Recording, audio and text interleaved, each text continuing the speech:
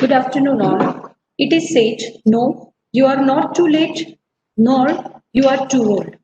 This seminar makes up your mind to live anew. Moving ahead with this mindset, let us move towards second plenary session on the topic Test Facility Organization and Personnel. And for the same, we have our next speaker, Dr. Kulbhushan Tiku. It is great honor for me to introduce and welcome you, sir. Welcome, sir. Sir is presently Professor in Pharmacology and Toxicology Department at NIPER, Mohali. He pursued his PhD from Banaras Hindu University in year 1997 and postdoctoral training from the University of Texas at Austin in year 2003. Sir has more than 17 years of experience in research and training. Sir has published more than 120 research publications in national and international scientific journals with average impact factor of 7. Sir has got very high citation score, which is more than 3000. Sir has worked on research grant worth more than 5 crores. He is one of the identified scientists who has 7 patents to his credit.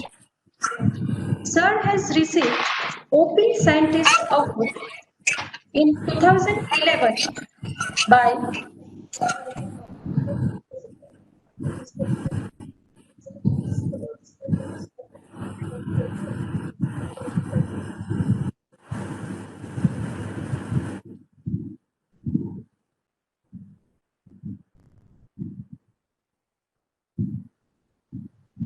we will continue with the session. Okay. So, Sir has received OP Scientist Award in 2011 by Organization of Pharmaceutical Producer of India. May I request you, sir, to take the chance and illuminate the audience with your knowledge. Tiku, sir, am I audible to you? Yeah. Sir, you can continue with the session now. Sure.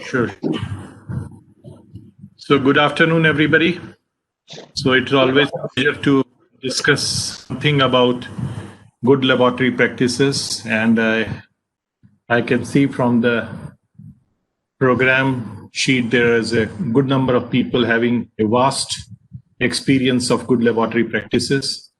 And today I'm going to discuss with you regarding what is the use of good laboratory practices in any of the academic institutions. So that is the basic point I will start with, and slowly I will try to build up the story and give you an idea about how GLP is important for any of the academic institutions or even for the industry.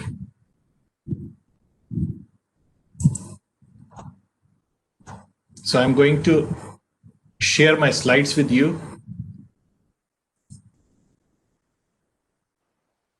Yes, sir. Your slide is visible and you are audible. Right.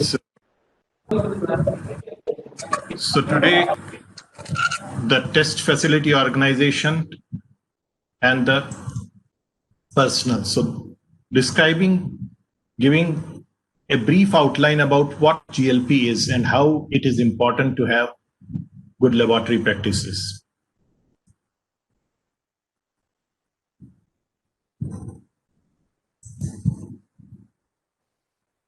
So present industrial need in GLP, point which here in this slide I am trying to explain you that GLP, what we are seeing today, is not just within a couple of years it had come up in the pharma industry, but it is gradually being developed from last 40 years. And with time, there are certain guidelines or the documents being implemented, modified, and added to the OECD principles. So how it started with the industry of the GLP was the regulation, and then it modified into necessary standards for quality management system. So the concept of regulation was the initial stage of GLP, but it moved ahead as a quality management system. And quality management system, what are the advantages and how it helps in building up the product or a quality product, I can say, for the benefit of the company as well as for the individuals too. So the GLP training was in the very beginning when we started GLP training way back in 2000. We started, and people used to think it is a necessary evil, just like taxes. Whenever they have to pay taxes, you try how much minimum you can pay so that the government, the regulators are not going to hold of you. That was the concept in the initial state of good laboratory practices, that what we can do so that the inspectors, the GLP inspectors in the pharma industry do not catch hold of you. But with time, slowly and slowly, we understood the advantage, the good laboratory practices. It is not only the advantage of the good laboratory practices, the management of the pharma industry also understood how important it is for the good laboratory practices. It is not only for the regulation, but for a good quality product also, so that it cannot be. So now to attempt to embrace the quality management system of the GLP started way back about 15, 20 years back, and people started to understand that it is not a necessary evil, but it helps in modulating the quality. In the beginning, most of the scientists they didn't have a real understanding what are the positive potential of the GLP. That is what I most of the time deliver these as an old slide, but it gives me an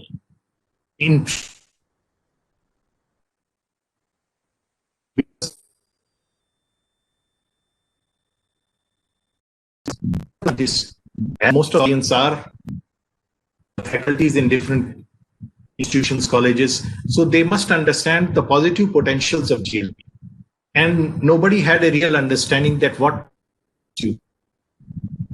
they thought that GLP prevents innovation and creativity. So if you need creativity, because scientists think that we are innovative, we are creative, we should not be bound by guidelines or the rules and regulations. Whenever we want to work, we should work. Whenever we want to test any chemicals, we should test the chemicals. Whenever we want to study animal, study middle of the night, morning, whenever we feel the idea, start working. So we need not to be bound to the creativity. It hampers the creativity. But what exactly the answer came, the GLP only asks where you have been creative. It only plans and records your innovation so that it can be duly, fully recognized, appreciated, and repeated. So try to understand the beauty of GLP, that it does not hamper your innovation or creativity, but it only says that the innovation or the creativity has to be recognized, appreciated, and repeated. That is the important point, which it is started understanding that it is not hampering the creativity, but it is helping and recognizing who exactly is responsible for the innovation. So if you are in a company, you are 10 scientists working, so you must know who recognized or who is the person who has done this innovation, who has done this creativity. So the person should be appreciated, and that person who has reported that result, it has to be repeated too. So that helps in selecting the individual and recognizing the individual and appreciating the individual. GLP will remove all my responsibility. This was the second thought which most of the scientists used to have, but it is not like that. So GLP makes sure that the responsibility are defined by the management. These are terms: management, study director. These in next couple of slides I'm going to explain you what exactly it is. But the basic concept I am trying to make you understand that the GLP makes you responsible for, and that responsibility is defined by the management. Meaning thereby the management assigns you that, okay, you have to dose these animals and dosing part will be done by you. Management has identified you. You are the best person who can do with from animals. So identifying that individual and giving that responsibility to that individual. So the responsibility is clear and the right people will get accolades. So that is what is important in GLP, that you have to remove the responsibility, but you have to identify an individual who can deliver it in a much better way. So GLP highlights what you do and how good you can deliver it. Question number 3, the GLP will compel me to write all those hateful standard operating system. Many of you might be knowing that what standard operating procedures are, and you have to follow those SOPs. SOPs used to be in early days of my scientific career. SOP, I used to think that, okay, these are really problematic, and how to write an SOP, what we should add in SOPs. So with these points, the answer for that came when we understood how SOP is being written. SOP is an understanding what you have to perform. And it is not an SOP written by a professor like me, and it has to be delivered to a technician or a person or in the facility who has to perform that, and he does not understand. An SOP is written for cleaning the facility or cleaning the animal house, and the cleaning sweeper is not having a knowledge of an English knowledge. So you need to have an SOPs which are easily understandable and in a local language or in a language which an individual can understand well. So good SOP should have charts, diagram, photographs, so that you can make the people understand that how it can be performed. So this is the biggest positive thing about SOP. It is not only the written words, but it should have flowcharts, diagram, photographs. So somebody has, you should understand how it has to be. Okay, I'll just check.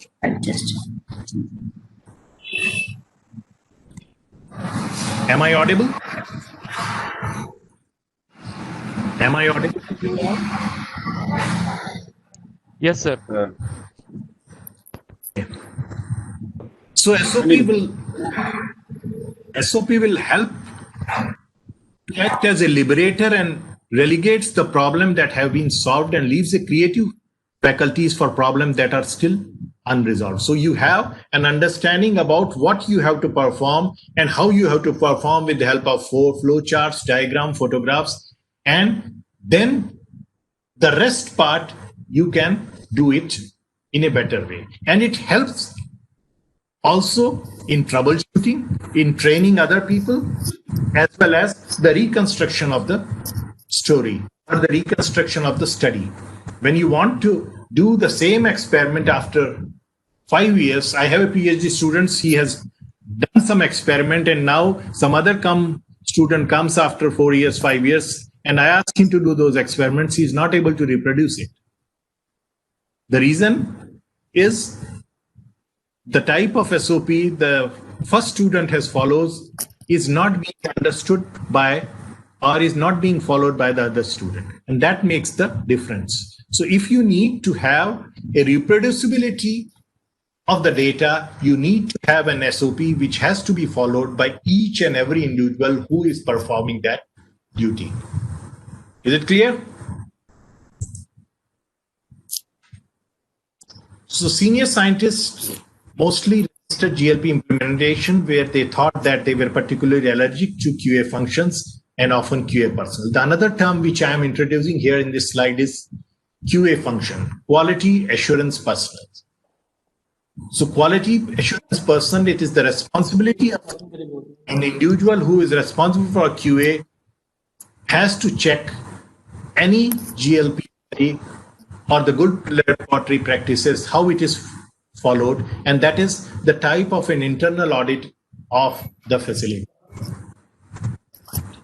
GLP is strictly limited to its minimal scope, that is classical safety studies, toxicological and pharmaceuticals, as well as agricultural. Now it is adding up some more, and the important roles and responsibilities of the management in GNP are also not is underestimated or not positively rejected. Another term, which is the study director, the roles and responsibility of the study directors are also very important for a good GLP study. The quality assurance person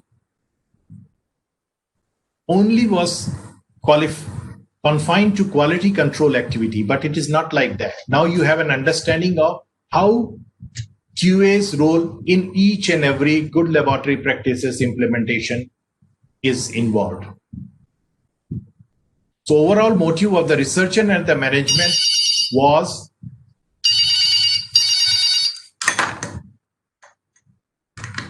to what minimum for us to obtain GLP compliance so that we can get the real work done, and what minimum we can do to avoid failing the GLP inspection. This was 20 years, 30 years back, that most of the people thought that if we want to implement GLP, what minimum we can do so that we are not caught by the regulators. Is it okay? The impact of GLP training, the management promoted training of QA in QC majors as if QA is only responsible for the quality. So management thought that the QA and QC is the responsibility of the quality assurance person and nothing else. And this was the most dangerous belief that permeates the pharmaceutical company, is that quality is the responsibility of quality assurance department and nothing else. But now the concept of GLP states that every worker should be responsible for the quality of his own task. So it is not, the quality is not only the job of the quality assurance guy, each and every of the duty is responsible for the quality of that task he is performing. Coming to history of GLP, what exactly, how it started. So OECD principles of good laboratory practices were first developed by expert group of, these are some of the historical background which I think you must know before understanding what the test facility or the test personnels are. So it was started, the expert group of GLP established in 1978 and under the special program of control of chemicals. So with that, it started, and those principles of GLP were formally recommended by OECD members country, and India is amongst the OECD members in 1981. The OECD principles were set out as an integral part of Council decision on mutual acceptance of data. That is another important aspect why GLP became more important is the MAD. We are signatory to the MAD for the assessment of the chemicals. What chemicals are being synthesized or being exported from India, we need to have the data which has to be accepted by all other countries. So the toxicity studies which you have performed in India has to be accepted by other OECD countries. So the mutual acceptance of data has to be, so data generated in testing of chemical member countries is according to the OECD guideline. There are several guidelines, OECD, in which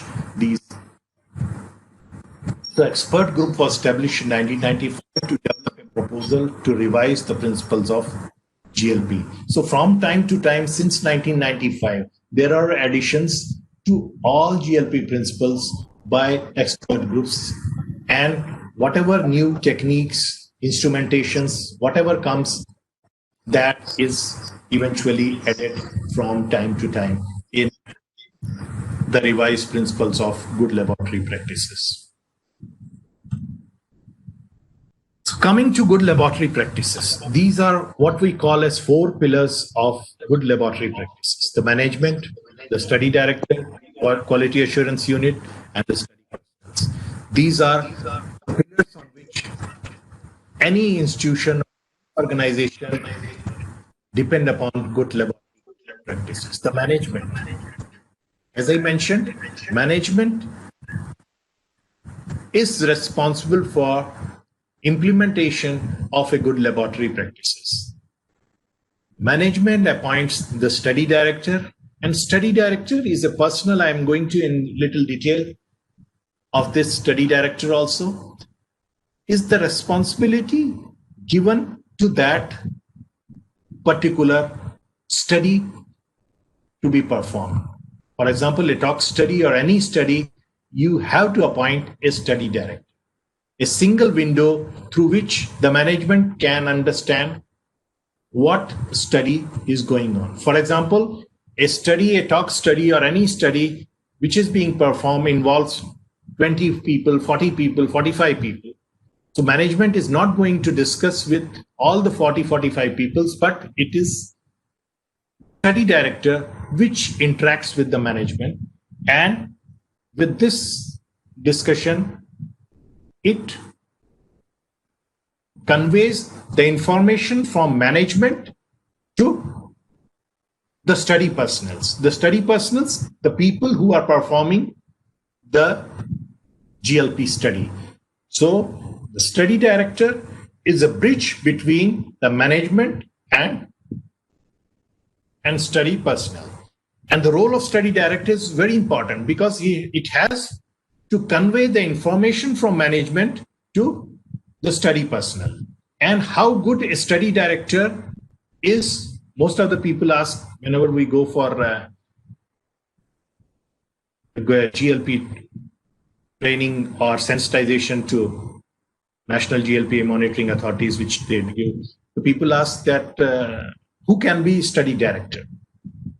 So most of the cases, personnel who are working in a institution and for years together, they have a good experience, good understanding about the system, good understanding about the subject, then management sees them and can appoint them as a study director. The second one is the quality assurance unit. So the quality assurance unit is another part which not only checks the quality, but gives an understanding that whatever product is coming out or whatever the study is coming out from this GLP facility is a quality product. Then the third one, as I mentioned, the study personnel, which actually perform the studies. So the management and the study director having a bridge between the study personnel and the management and the quality assurance unit. If you see, the management interacts with study director and management also interacts independently to quality assurance units. So QA can directly interact with the management because it is an independent unit away from the study director and study personnel who are there to audit the study and report to the management. So management has an understanding with the quality assurance unit that whatever is happening, whatever is being performed, the study director is doing it properly, and the quality assurance unit will inform the management directly, not through study director. But study personnel will report to the study director, and study director will inform that to the management. So there is this type of arrangement that the study director acts as a bridge between the study personnel and the management, and quality assurance acts as an independent unit reporting to the management. Who is management? Now the question is how to identify that test facility management. So you need to have a statement identifying the management, that this is the, for example,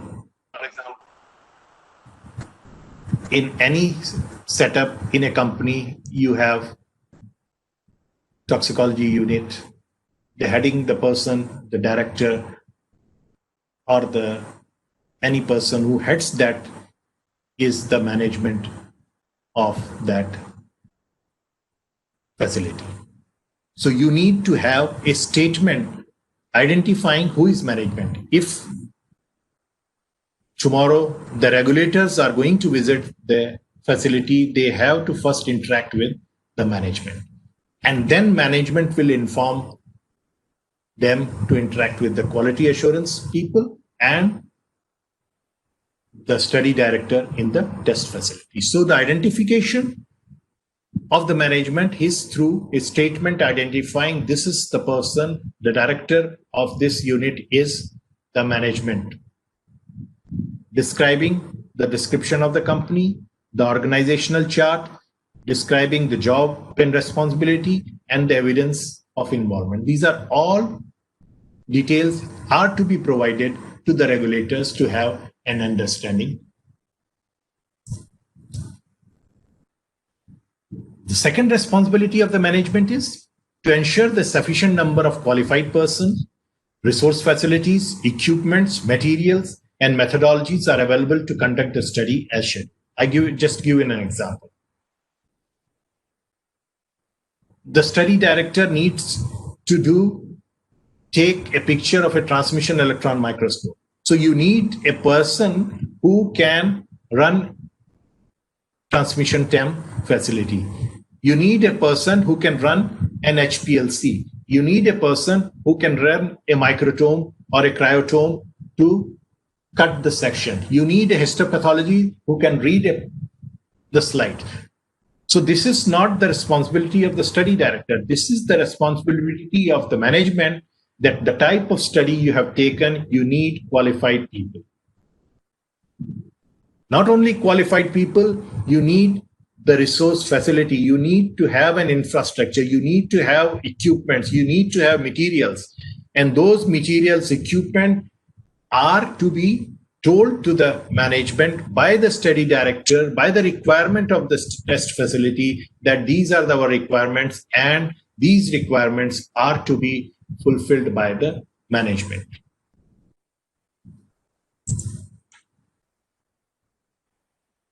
The responsibility of the management is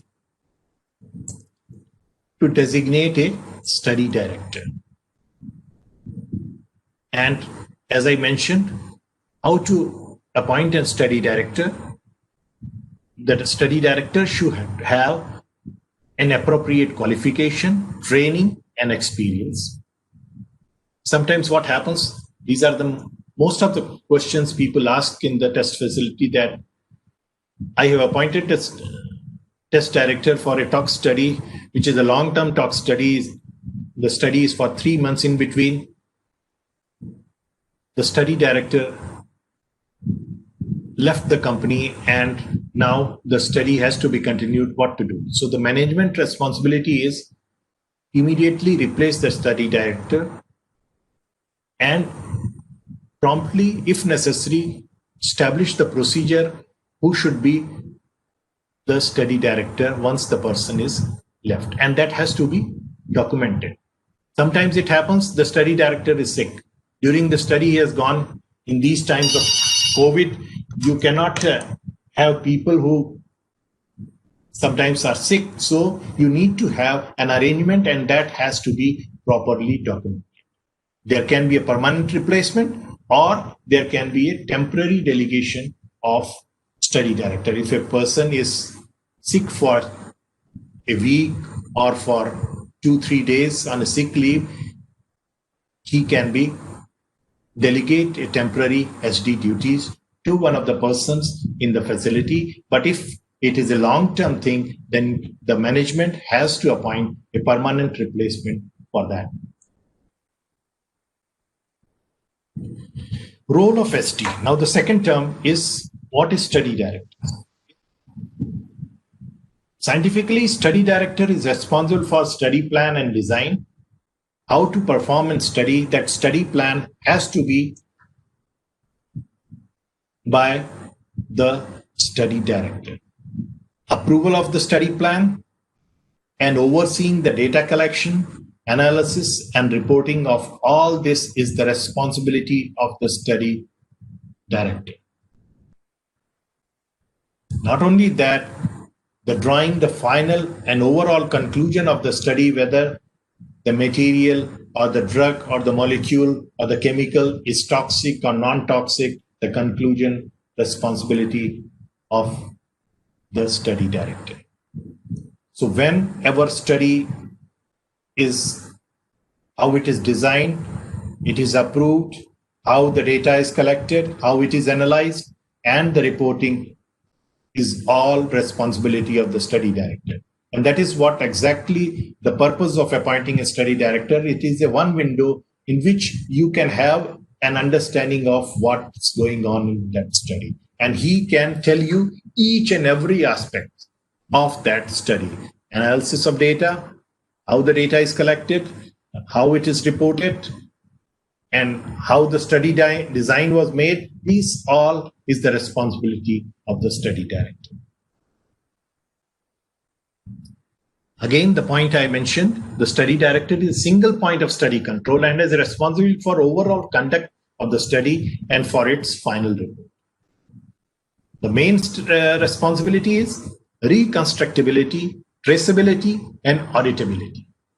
So reconstruction, as I mentioned, one of my person or a student has left my lab and I want to do that same study. You have to reconstruct that study. Or there in pharma industry, there are recalls sometimes. So what went wrong? When the recall is, the first responsibility is the study director of that tox study. How it was not seen in the toxicity of that compound, which is the responsibility of the study director. And then it has to be traced and the auditability. So these are the main responsibility of the study director, and reconstructing and traceability, because all these reports, whenever a GLP report is made, it has to be archived. And archived information can be taken out after 5 years, after 10 years. Different regulating countries have different guidelines for archiving a study. Right? So this is the responsibility, main responsibility of a study director. Study director is responsible for the study initiation, study conduct, data analysis, data interpretation, preparation of draft and final report, and then archiving. I mentioned you. So the archiving is also responsibility of the study director. The point I am trying to make is here is these all aspects are very important and are being scrutinized by the regulators, that how good a study director is. Just I am giving an example to make you understand. The time of doing a study is, for example, 28 days stock study you are doing. So the study will be, maximum will be over by 2 to 3 months. 2 months. So 28 days plus 2 months. So within this time, the study should be over and archived. If a regulator comes and sees that a study which has been performed 6 months back and is lying outside is not getting archived, this gives the study director is not performing his duty properly. That means the chances of manipulating the data or manipulating the study report are high. If it is archived, then the archive thing, you can easily trace that has gone inside an archive and it cannot be taken out without an signature of the management. So archiving is the responsibility of the study director, and not the time of archiving also gives how good the study director is. What are the common lacunas? Coming to the end of my talk is, what are the lacunas which most of the companies or most of the facilities which are GLP approved, and when the regulators go, they see the test item is not characterized, expired and insufficient test item. That means you have tested a chemical with it which has an expired life. So as a result of which the readings are not going to be perfect.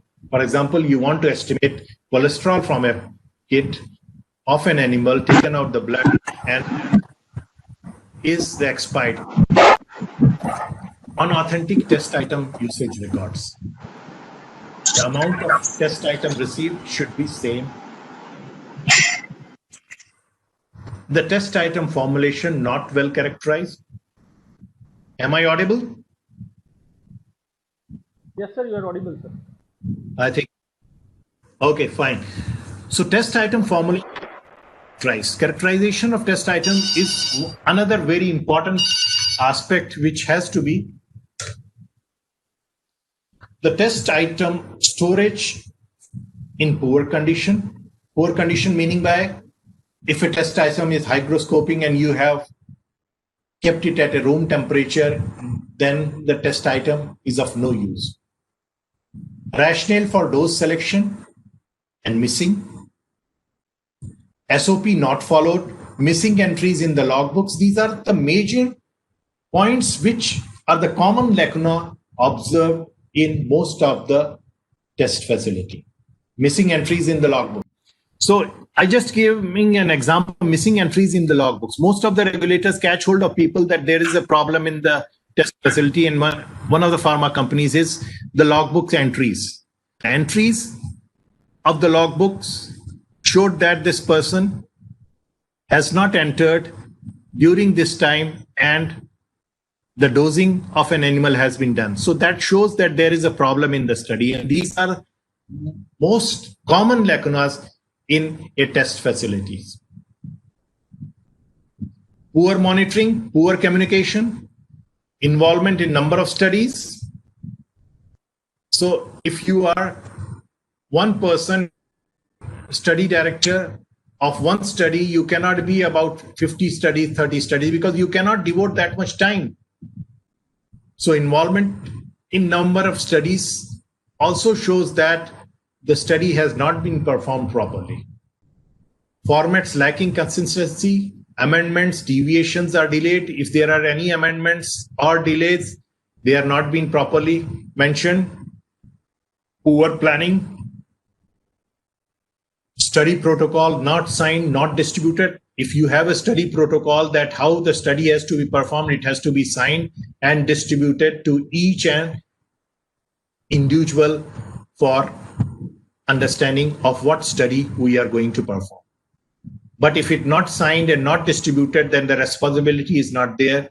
And that is the sloppiness of the study director, that he has not been able to plan it properly, or you can say a poor planning. Raw data is not properly documented. as per GLP compliance. That means the raw data, which is supposed to be properly documented, has not been properly documented as per GLP. Thank you very much, and you are welcome for any questions you can. Question, sir. There is a question from Sure. Dr. Sayadri Chatterjee. She is asking, maintain GLP in academic institutions, especially with respect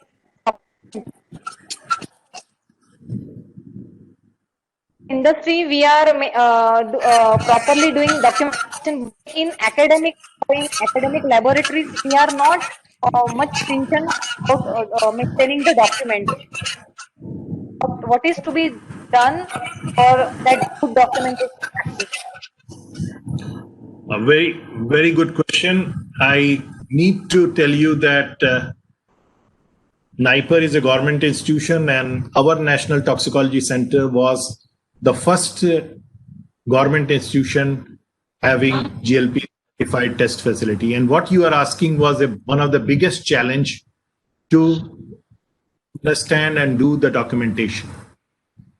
The responsibility, not only documentation, the responsibility of the management. It is not just saying that start this facility and convert this facility into a GLP facility. The management has to have an understanding. The scientists or the professors or the assistant professors, whosoever are in the institution, can implement it. But the management has to guide to implementation of that test facility. And that was the biggest challenge for all of us to have in a government institution. I'm just giving another example, very interesting example. When we have a regulator, inspection by the regulator, the first inspection we had, the audit person asked us that, asked to the management that, suppose you have a test facility and the power goes off. I said, power will go off, then we will put it on the generator. So he said, oh, suppose the generator also goes, then what you will do? So I told that we can fix it, and if it does not fix, we will buy another generator. We will arrange for the. So as a management, he asked me that how much is the buying power of a individual. For example, in government institution, you have certain limits. You can have power and how fast you can purchase. So these are the technical problems. I'm just giving an example to make you understand these are technical problems in the government institutions to establish a GLP facility. But now you can see there are several other institutions who are coming up, not only in documentation, by developing the test facility also. Writing an SOP.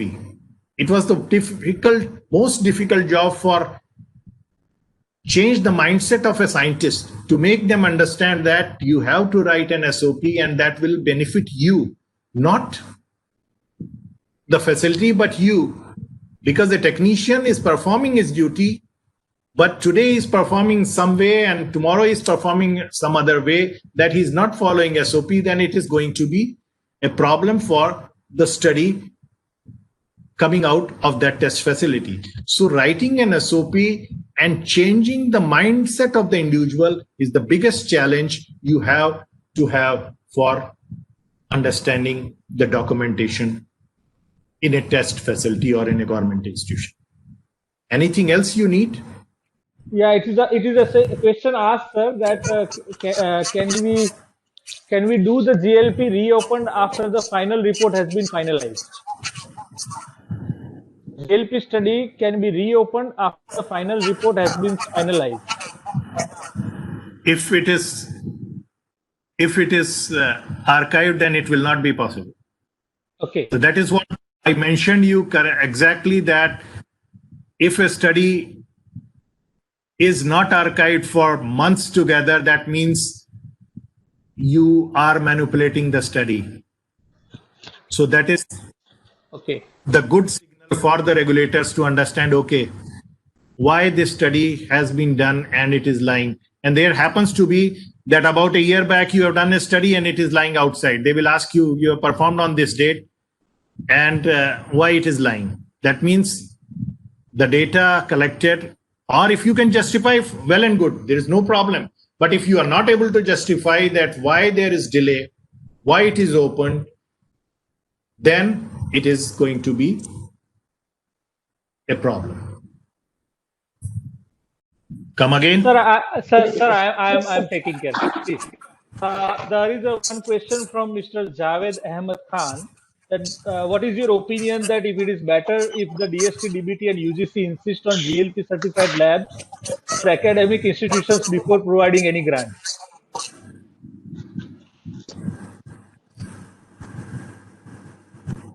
Yeah, what exactly it is? It is. Yeah, if DBT, DST, and UGC can only give the grant to the GLP approved labs. So the problem, what happens is the reproducibility of the data, and most of the cases now you can see so many papers are getting retracted.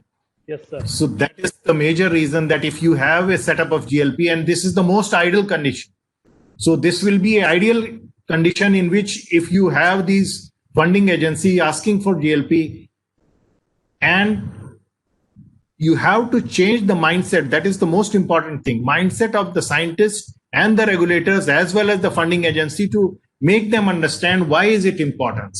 Why Indian papers are getting retracted for such a big number. The reason is the reproducibility of the data. If you have an SOP and a logbook and an understanding of a study protocol, then many of these, or the majority of these problems, will be resolved. Yes, sir. Very correct. So there is another question, sir. That what is the difference between study director and FSTL? Are they same? Pardon, come again? Yeah, study director and FSTL, are they same? There is a question from Mr. Sarthi. Partha Sarthi. There is a term which is for a tox study. Okay.